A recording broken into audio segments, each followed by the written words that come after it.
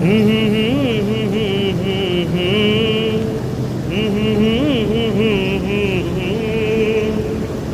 la la la la la la la la la la চিরদিনই আধারে কেটে গেল এ জীবন, কেউ তো প্রদীপ হাতে কাছে আসেনি। দূর থেকে দেখেছি পূর্ণিমার রাত আমি, কখনো আমার ঘরে জ্যোৎস্না ফোটেনি।